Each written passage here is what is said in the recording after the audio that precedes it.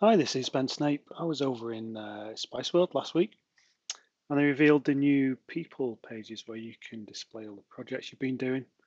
I was fortunate enough to be in on the beta for this, so I just wanted to share some tips and tricks that we learned along the way. So I'm going to start by doing a new project.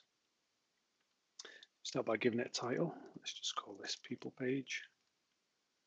Then we can give it a category. So this maybe be cloud. You can just click and add more. Just remove them as you want. Let's just create that project now. There we go. Now it takes us into a nice little workflow. Anywhere you see these pencil icons, you can go in and edit the information. So let's just change my location just by typing in the city I did it in. And the date, if I just click in that box, it gives me a pop-up window. And if I want maybe to change the year rather than flicking through a long time, I can just click up there, click again, gives me the year. So let's do 2013, click on the date, 26th of August. Now, if it's a work in progress, you can just tick that box and that'll grey out the calendar. I can't click in that and edit it. Down the bottom, you can choose whether we were a one-man IT army, if it was just me, maybe you're a team member or the team leader. As soon as we select one of the teams, we can then enter the people who did the project with us. Maybe there was a managed service provider helping us out with that. So again, we can just add those in there. Let's click next. It takes us to the about. Anytime we're going along, we can click save, so we don't lose any of that work. Again, we've got these little edit icons, so we can just click on there, change information. There's nice ranges to pick from. In the budget, if I put in, let's put a figure in here. There we go, £1 million. Don't forget to raise your little finger when you say that, but it just rounds it up for you. Now, if you've got a project that was maybe a subscription service, what I did was just calculate the cost of the contract and use that as the budget if it wasn't a one-off cost. Same thing works for data.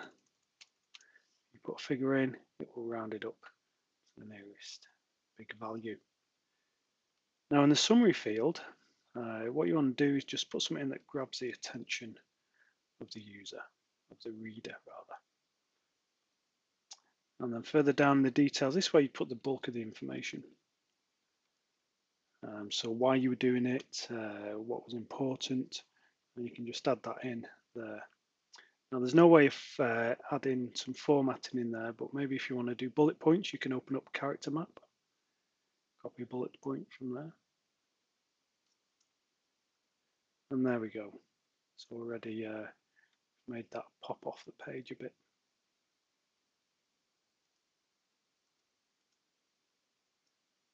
Okay, so then we can just do a little bit of formatting just to show people that this is the important information. This is what I really want you to read.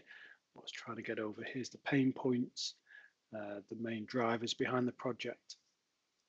So obviously then bulk it out with all the relevant information.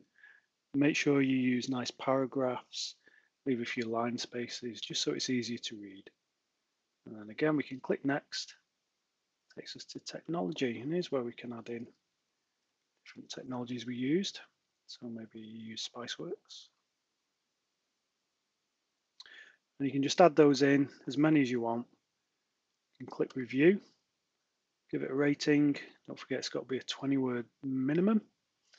And then that review will show in your project page when people view it. So you can, if you found it useful, put that in. If it had some drawbacks, put that in so we can all learn from each other. So once you've finished adding all the technologies, the final step is to have some nice images. So we've got a project along the way. Don't forget to take some screenshots. Maybe take some shots of the physical equipment. I'm just going to show you what looks good and what doesn't look good. We can see on this one, there's a lot of white space around it. Now, if you've got white space around it, doesn't work well in how they formatted the pictures. So it's good to have a bit of colour in the pictures around the borders. You can see there, how that looks nice around the borders.